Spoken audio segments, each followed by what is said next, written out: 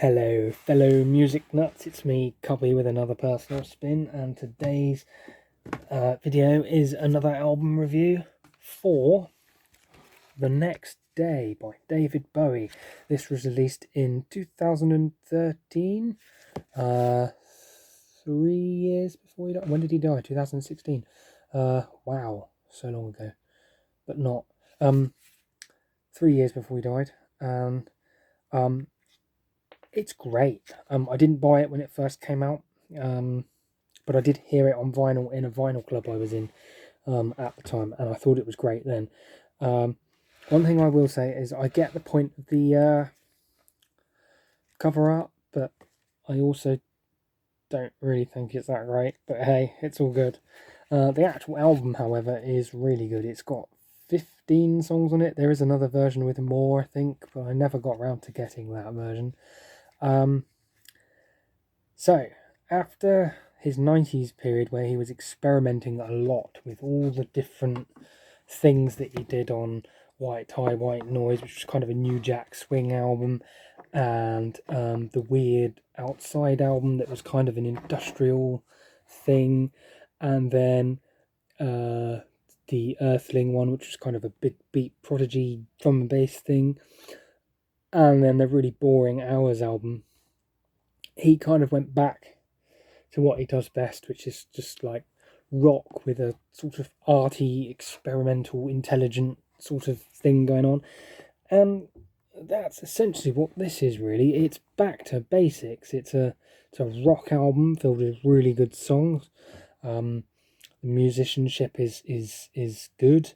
The songs are good. One thing I quite like about it is on the slower songs, the like ballads, he takes them in a more jazzy sort of direction, which I quite like. And he kind of croons on those songs. To be fair, he was 66 at the time. But you've got some really good songs on this, like the opening track, and then you've got Where Are We Now, Valentine's Day, I'd Rather Be High, that's a good one. Dancing Out in Space is really good. You Will Set the World on Fire, and then it ends with Heat, which is also a really good one. So there we go. So basically, after his 90s period, he went back to this, and kind of, for me, I think it's kind of a very late career high point, really. The Reality album and Heathen album kind of proved a concept, really, that, why don't you just do what you're best at?